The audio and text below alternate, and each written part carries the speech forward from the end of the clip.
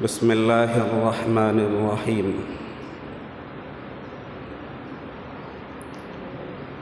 الحمد للہ رب العالمین والعاقبۃ للمتقین، والصلاة والسلام علی سید الانبیاء والمرسلین والملائکۃ المقربین والخلفاء الراشدین، ولعنۃ اللہ علی اعدائہم الرافضین الکافرین المرتدین الی یوم الدین، اما بعد فإن الله تبارك وتعالى يقول في كتابه أعوذ بالله من الشيطان الرجيم بسم الله الرحمن الرحيم ولن ترضى عنك اليهود ولا النصارى حتى تتبع ملتهم قل إن هدى الله هو الهدى وقال الله تبارك وتعالى في موضع آخر يا أيها الذين آمنوا لا تتخذوا اليهود والنصارى أولياء بعضهم أولياء بعض ومن يتولهم منكم فإنه منهم إن الله لا يهدي القوم الظالمين وقال تبارك وتعالى لَتَجِدَنَّ أَشَدَّ النَّاسِ عَدَاوَةً لِلَّذِينَ آمَنُوا الْيَهُودَ وَالَّذِينَ أَشْرَكُوا وقال النبي صلى الله عليه وسلم لغدوة في سبيل الله أو روحة خير من الدنيا وما فيها أو كما قال النبي صلى الله عليه وسلم۔ جمعۃ المبارک کے خطبے کے عنوان کے حوالے سے کتاب مقدس کی قرآن معظم کی میں نے چند ایک آیت کی حصہ خطبے میں پڑھی ہے، اور سرکار دو عالم تاجدار مدینہ احمد مجتبی محمد مصطفیٰ صلی اللہ علیہ وسلم کی حدیث مبارکہ پیش کی ہے۔ ان آیات اور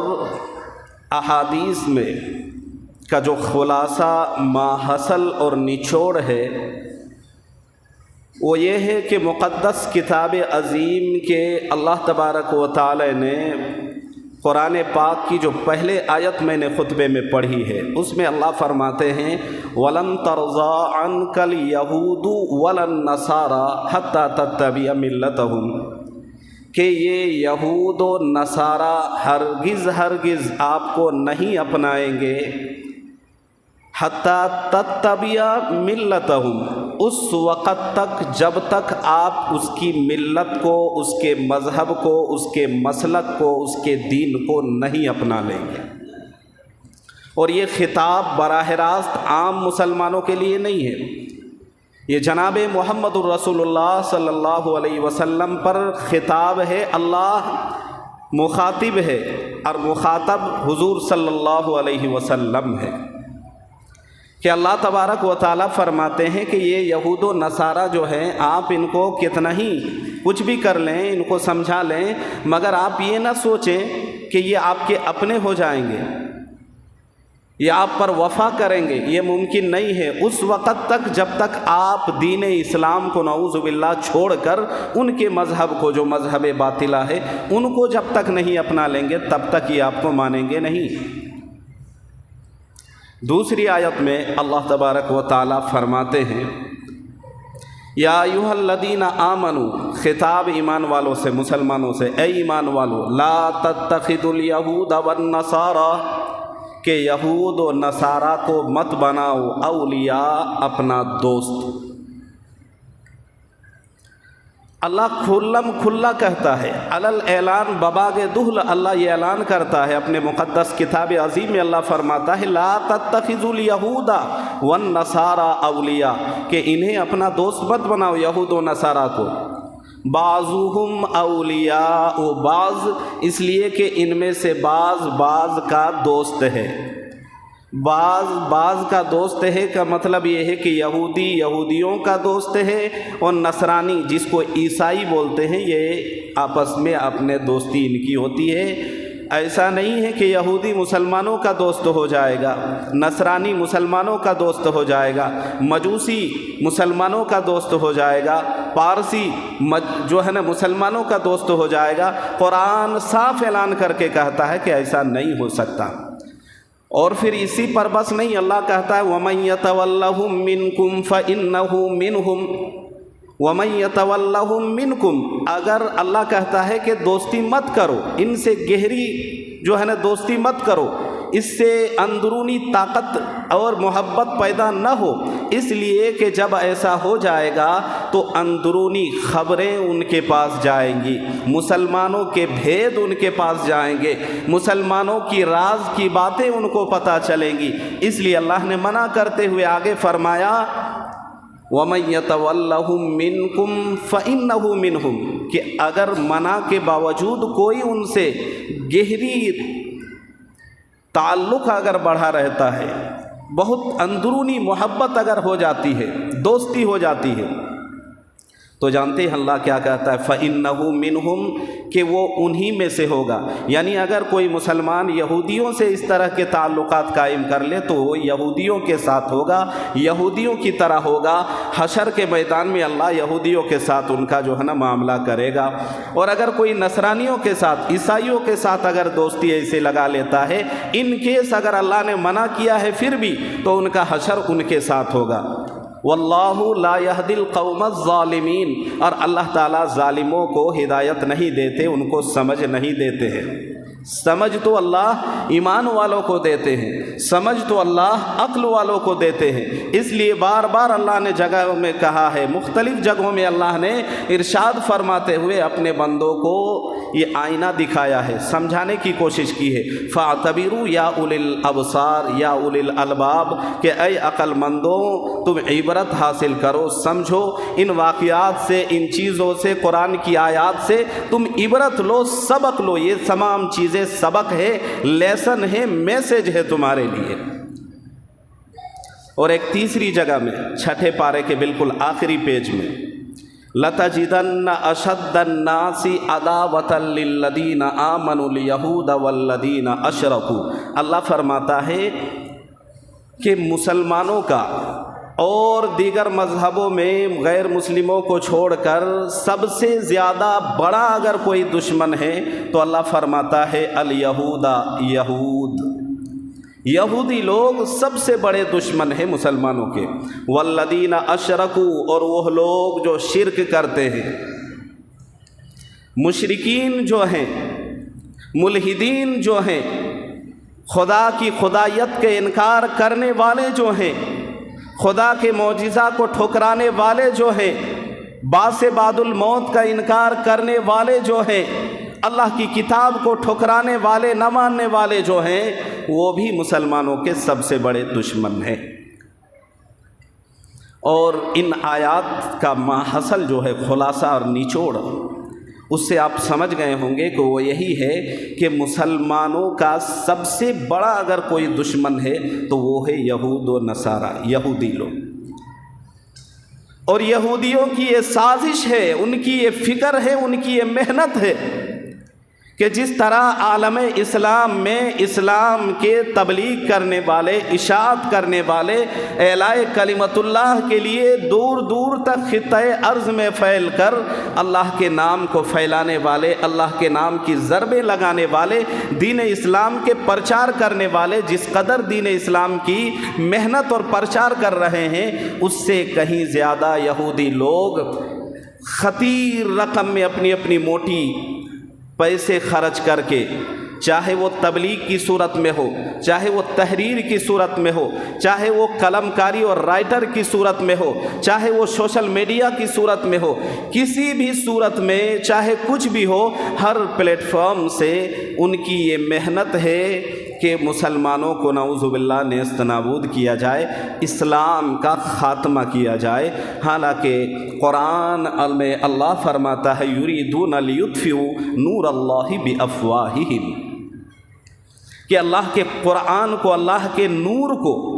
اللہ کے دین کو اور مسلمانوں کو اگر کوئی چاہے کہ بیک وقت بالکل مٹا دے، صفایا کر دے، تو یہ اس لیے اس کی بات مانی نہیں جائے گی کیونکہ میں نے حدیث پاک میں پڑھا ہے، اور ہم مسلمانوں کا، اہل سنت والجماعت حنفی دیوبندی مسلمانوں کا یہ عقیدہ ہے کہ اس وقت تک قیامت قائم نہیں ہوگی۔ میرے اللہ کے پیارے رسول جناب محمد الرسول اللہ صلی اللہ علیہ وسلم فرماتے ہیں کہ روئے ارض میں، خطۂ ارض میں، پوری دنیا میں کوئی ایسا کچا پکا گھر نہیں بچے گا، سیمنٹ اور گارے سے بنے کوئی گھر ایسے نہیں بچیں گے، ایسا کوئی محل نہیں بچے گا، ایسی کوئی جھوپڑی نہیں بچے گی جہاں اللہ کا دین نہیں پہنچے گا، نبی کا کلمہ نہیں پہنچے گا، شریعت کی بات نہیں پہنچے گی، اور وہ اس کو ایکسیپٹ نہیں کر لے گا۔ اگر خوشی سے مان جائے تو بھی وہ اللہ کو اللہ کہہ کر پکارے گا، اور اگر خوشی سے نہ مانے تو پھر آخر میں کہے گا بھگوان کا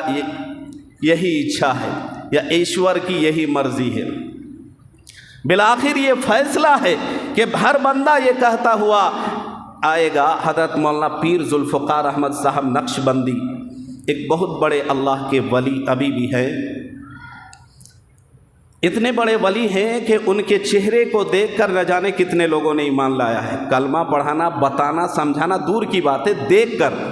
تو کتنی بڑی شخصیت ہے، اور اللہ کا کتنا بڑا ولی اور کتنے بڑے بزرگ شخصیت ہے۔ الحمدللہ نہ صرف ہماری آنکھوں نے ان کو دیکھا ہے، بلکہ یہ ناچیز حقیر فقیر بندہ واسطہ ہو یا بلا واسطہ جس طرح کہہ لیجئے کہ میں ان سے بیعت بھی ہوں۔ تو بہرحال وہ ایک دفعہ جو ہے نا گئے ہوئے تھے دنیا کے اس کونے میں جس کونے کو دنیا کا آخری حصہ کہا جاتا ہے، یعنی اس کے بعد یہ دنیا، زمینیں یہ ختم ہو جاتی ہے، اس کے بعد وہاں پانی ہی پانی ہے۔ اس حصے میں جب گئے تو اللہ تبارک و تعالیٰ کی طرف سے قہر الہی، عذاب الہی کی شکل میں جو ہے نا سیلاب آیا، اور سیلاب کے زد میں وہ جو عمارتیں بڑی بڑی بنی ہوئی تھی وہ ساری ختم ہو گئی، ساری عمارتیں ختم ہو گئی۔ جب ساری عمارتیں ڈھا گئی، ختم ہو گئی، منہدم ہو گئی، نیست نابود ہو گئی، تو ان عمارتوں کے سامنے بورڈ میں لکھ دیا گیا کہ lord is one, God is one,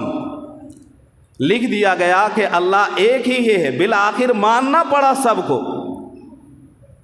یہ ماننے پہ مجبور ہے۔ کوئی گاڈ کہے گا، کوئی ایشور کہے گا، کوئی لارڈ کہے گا، کوئی خدا کہے گا، کوئی بھگوان کہے گا، بالآخر نتیجتاً وہ کچھ بھی نکالے، مجبوری میں مانے، چاہے ہنس کر مانے، چاہے محبت میں مانے، بالآخر آپ سنے ہوں گے یہی کہتے ہیں جب کچھ بنتا نہیں آخر میں کہتے ہیں بھگوان کی یہی مرضی تھی، ایشور کی یہی مرضی تھی۔ میں کہنا اور بتانا یہ چاہتا ہوں کہ پوری دنیا میں اگر مسلمانوں کا سب سے بڑا کوئی دشمن ہے تو وہ ہے یہودی، اور قرآن یہ کہتا ہے کہ یہودیوں سے، نصاریوں سے، مجوسیوں سے، مشرکوں سے، ملحدوں سے کہا ہے کہ ان سے دوستی نہ کرنا، اور دوستی بھی ہو تو ایسی دوستی کہ جس دوستی کے لمیٹیشن کو، حد کو کراس کر جائے، اور تم اپنی طرف کی، مسلمانوں کی، اپنے قوم کی، اپنے گھر کی، اپنے محلے کی اہم باتیں ان کے سامنے بک دو۔ ایسا ہوتا ہے کہ نہیں ہو رہا ہے؟ ہمارے کتنے مسلمان بھائی ایسے ہیں کہ تھوڑا بہت کھلا دو، چائے پلا دو، تھوڑا بہت ناشتہ کروا دو، تو پھر وہ سارے بک دیتے ہیں کہ جی یہ کچھ ہو رہا ہے، اس پر بات چل رہی ہے، یہ ہے وہ ہے، سب بک دیتے ہیں۔ تو اللہ تبارک و تعالیٰ اپنے مقدس کتاب میں ارشاد فرماتے ہیں کہ مسلمانوں تمہیں خبردار رہنا کہ ان سے تم دوستی مت کرنا، ان سے اپنا تعلق، گہری تعلق نہ بنانا۔ اللہ کے نبی جناب محمد الرسول اللہ صلی اللہ علیہ وسلم کی حدیث میں ہے کہ ان سے قطع تعلق کرنا۔ پتہ یہ چلا کہ پوری دنیا میں جتنا مسلمان اعلاء کلمت اللہ کے لیے پھر کر تبلیغ کر رہے ہیں، محنت کر رہے ہیں، اس سے کہیں زیادہ یہودیوں کی یہ محنت ہے کہ مسلمانوں کا نعوذ باللہ خاتمہ ہو جائے، قلع مکہ ہو جائے، مسلمان ایک بھی نہ بچے، ایمان کا نعوذ باللہ نام لیوا اور مسلمانوں کا نام لیوا اور نعوذ باللہ ایمان اور اسلام اس کا مذہب کا وجود دنیا میں مٹ جائے۔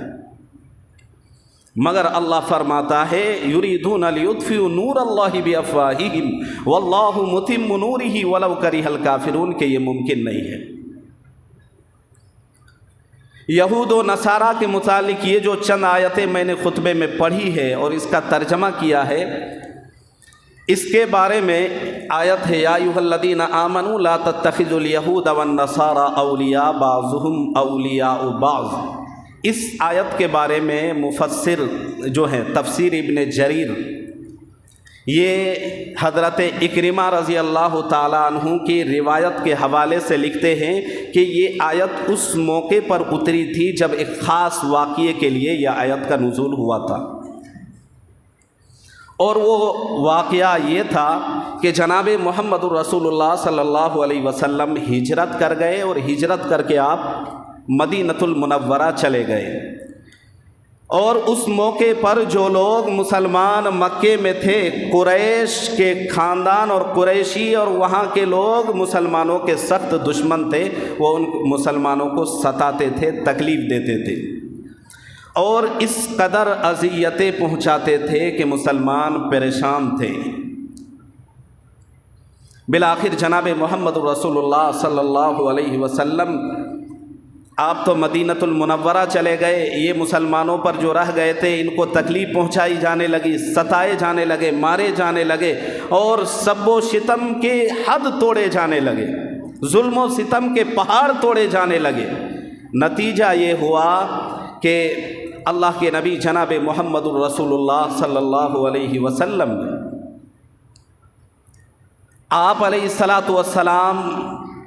وہاں جا کر یہ معاہدہ کر لیا۔ آپ نے یہودیوں سے یہ معاہدہ کیا کہ یاد رہے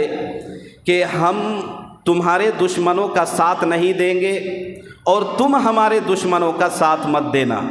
بلکہ ہم لوگوں کا جو دشمن ہوگا ہم دونوں ساتھ مل کر ان کا مقابلہ کریں گے۔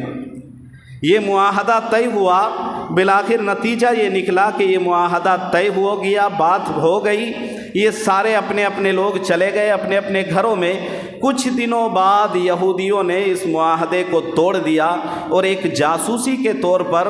فطری طور پر، چونکہ جاسوسی کرنا ہے، نقصان پہنچانا ہے، ان کے خلاف جو ہے نا مسلمانوں کے خلاف ایک سازش کے تحت ایک آدمی کو چھوڑا اور کہا کہ جاؤ یہ خط لے کر جاؤ اور مسلمانوں کو دعوت دو قلعہ میں آنے کے لیے۔ مسلمانوں کو قلعہ میں بلانے کے لیے سازشی طور پر ایک خط لکھا گیا تاکہ مسلمان جھانسے میں آ جائے، اور جب مسلمان آ جائیں گے تو قلعہ محاصرہ کر کے ان کا نعوذ باللہ خاتمہ کر دیا جائے گا۔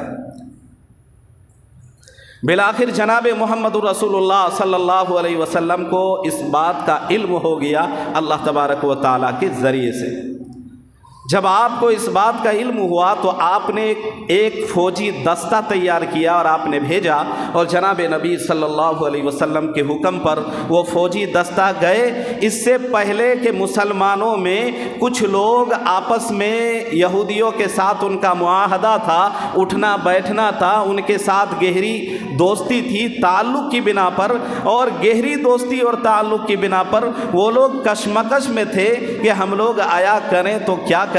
کن کی بات مانیں۔ لیکن بالآخر نتیجہ یہ ہوا، اس موقع پر جناب محمد الرسول اللہ صلی اللہ علیہ وسلم نے خبردار کرتے ہوئے کہا کہ خبردار اس موقع پر تم وہاں نہ جانا، اس لیے کہ یہ یہود اپنی حرکتوں سے باز نہیں آئیں گے، یہ تمہیں اس محاصرے میں، اس قلعے میں بولا رہے ہیں کہ جہاں تم جاؤ گے اور چاروں طرف سے گھیر لیا جائے گا اور نعوذ باللہ تمہارا قتل کر دیا جائے گا۔ بالآخر نتیجہ یہ نکلا کہ جناب محمد رسول اللہ صلی اللہ علیہ وسلم کے منع کرنے پر وہ لوگ جو مسلمانوں کے ساتھ اندرونی اعتبار سے دوستی کر کے یہ جتاتے کہ ہم تمہارے دوست ہیں، دشمن نہیں ہیں، اللہ کے نبی علیہ الصلاۃ والسلام کے منع کرنے پر اس موقع پر یہ آیت اتری یا ایھا الذین آمنوا لا تتخذوا الیہود والنصارى اولیاء بعضهم اولیاء بعض۔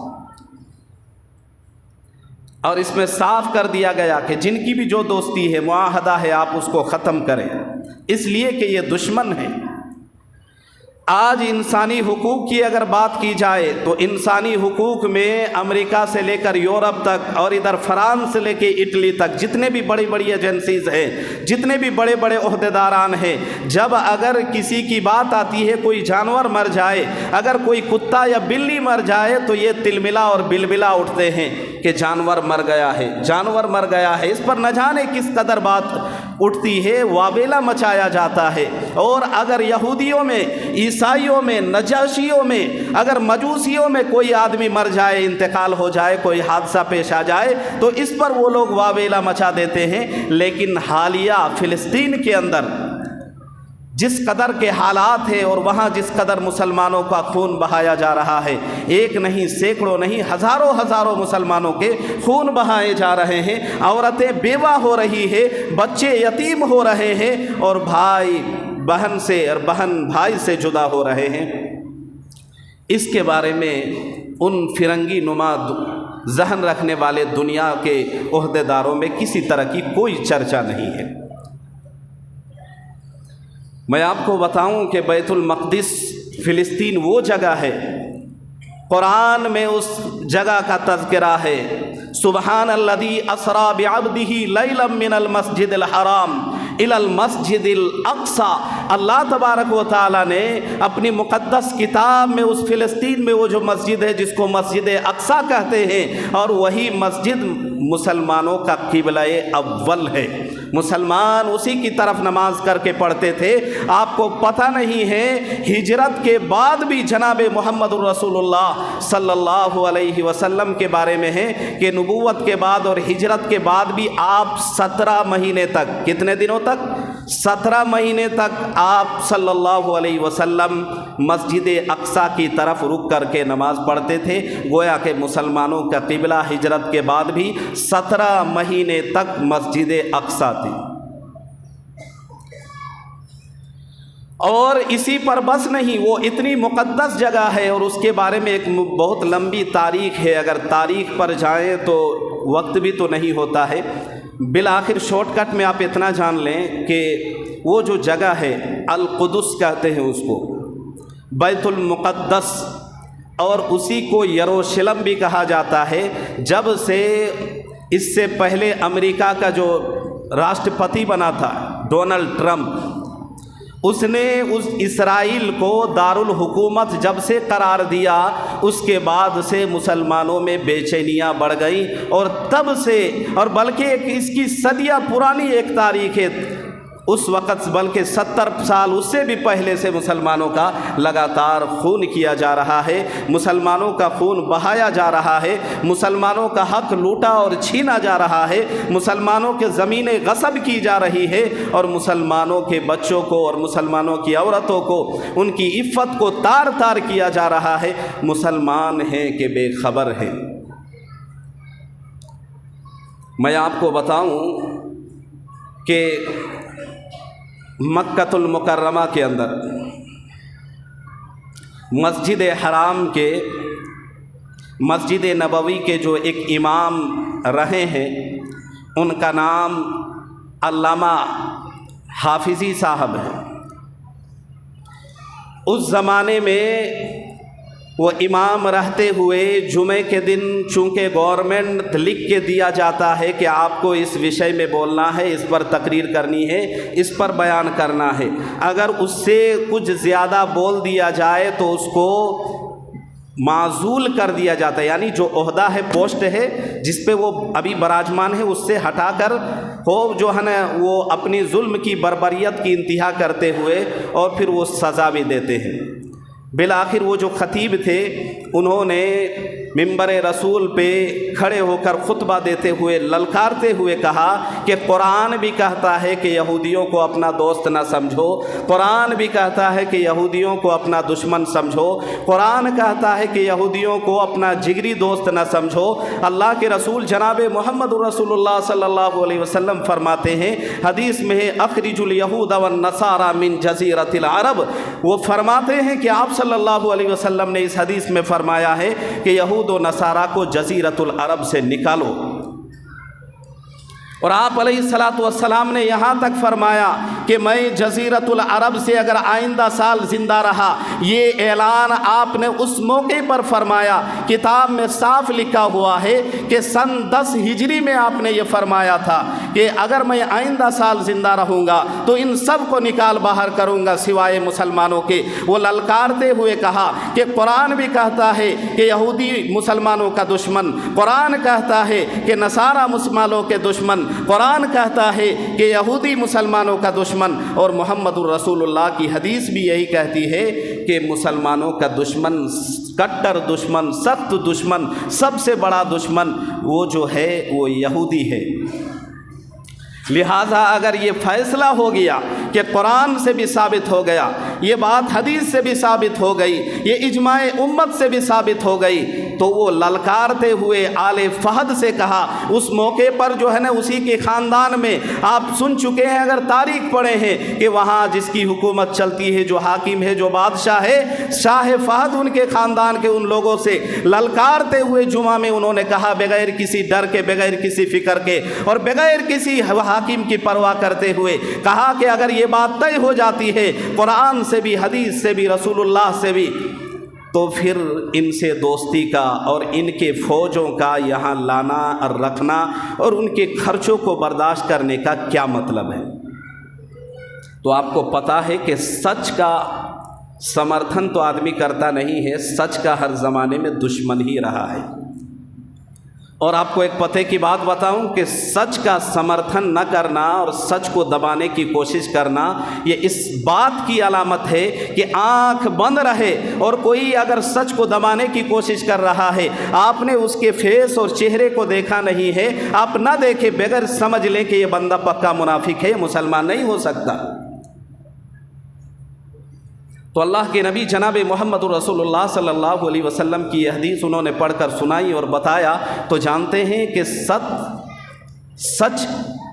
جب کہا گیا تو اس کے پاداش میں، سچ بولنے کے عوض میں ان کو وہاں نکال نہیں دیا گیا، کہ بلکہ اس عہدے سے جو براجمان تھے اس سے معزول کر دیا گیا، ہٹا دیا گیا، بلکہ اس کو قید بھی کروا دیا گیا۔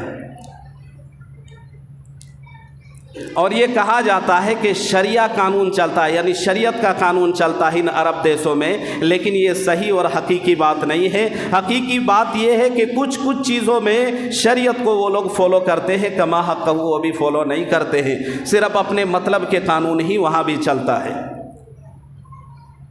مگر میں اس موقع پر آپ لوگوں کو کہوں گا کہ فلسطین کے بارے میں جو ٹرینڈ چلایا جا رہا ہے، دشمن یہ ٹرینڈ چلا رہے ہیں کہ آئی اسٹینڈ وتھ اسرائیل،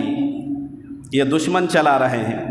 لیکن مسلمانوں کا اور فلسطینیوں کے جو حامل ہیں، جو ان کے حامی ہیں اور جو جانتے ہیں، تاریخ پڑھے ہوئے ہیں اور جن کو پتہ ہے کہ یہ فلسطینی، یہ جو زمین جس کو یہ ہتھیانے کے لیے آج معصوموں کے جان بہا رہے ہیں، یہ زمین ان لوگوں کی ہے، اسرائیلیوں کی نہیں ہے۔ بالآخر مسلمانوں کی طرف سے، حامیوں کی طرف سے، اس میں صرف مسلمان نہیں ہے، غیر مسلم بھی ہے، وہ یہ ٹرینڈ چلا رہے ہیں کہ آئی اسٹینڈ وتھ فلسطین، کہ ہم فلسطین کے ساتھ جان و جان لگا کر کھڑے ہیں، ان کے سمرتھن میں کھڑے ہیں۔ اور اسی پر بس نہیں، بھارت سرکار نے کھلے طور پر یہ جو ہے نا سمرتھن دیا ہے کہ ہم اسرائیلیوں کی حمایت میں کھڑے ہیں، لیکن تاریخ سے پتہ چلتا ہے کہ ان کے جو پروج گزرے ہیں، ان کے جو بڑے ہیں، جو اس سے پہلے پرائم منسٹر رہ چکے ہیں، انہوں نے یہ اسٹیٹمنٹ دیا تھا۔ آج بھی کہ اخبار کے تراشے کی صورت میں وہ بہت زیادہ جو ہے نا وائرل ہو رہی ہے، اس میں لکھا ہوا ہے کہ ہم آج ہی نہیں بلکہ ہمیشہ کے لیے ہمارا پورا سپورٹ، پورا سمرتھن وہ جو ہے نا فلسطینیوں کے ساتھ ہے، اس لیے کہ ان کے ساتھ ظلم ہو رہا ہے اور ظلم اسرائیل کر رہا ہے، یہودی کر رہا ہے، ان کی کوئی غلطی نہیں ہے، یہ تو حق پر ہے۔ اس موقع پر میں آپ لوگوں سے صرف اتنا کہوں گا کہ ایک مسلمان ہونے کی حیثیت سے بہت سارے لوگوں کو تو پتہ ہی نہیں ہے کہ کیا ہے مسجد اقصیٰ، کس کو کہتے ہیں مسجد اقصیٰ، مسجد اقصیٰ کی تاریخ کیا ہے، فلسطین کہاں ہے، اور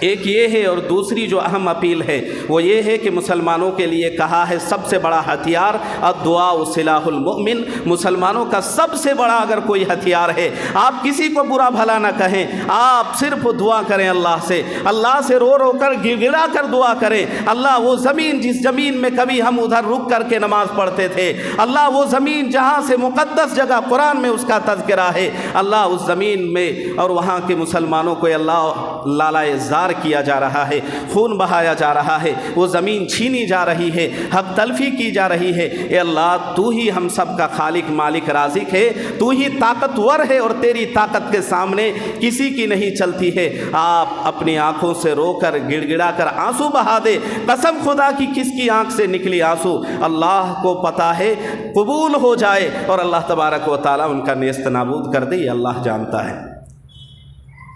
اس لیے موبائل میں ادھر ادھر ان خبروں کو فارورڈ کرنے، اس کو شیئر کرنے، زیادہ بکلول گیری کرنے کے بجائے آپ یہ تو جو اہم اپیل کی گئی آپ یہ کریں اور خرافات سے بچیں، اور میں کہوں گا کہ زیادہ سے زیادہ نماز پڑھیں، اب کے لیے نہیں ہمیشہ کے لیے، اور گناہ سے بچیں، اور پھر دیکھیں اللہ تعالیٰ کیسے انشاءاللہ سنیں گے۔ اللہ تبارک و تعالیٰ زبان سے جو بات کہلوائی ہے تمام باتوں پر خوب عمل کی توفیق دے۔ وآخر دعوانا ان الحمد للہ رب العالمین۔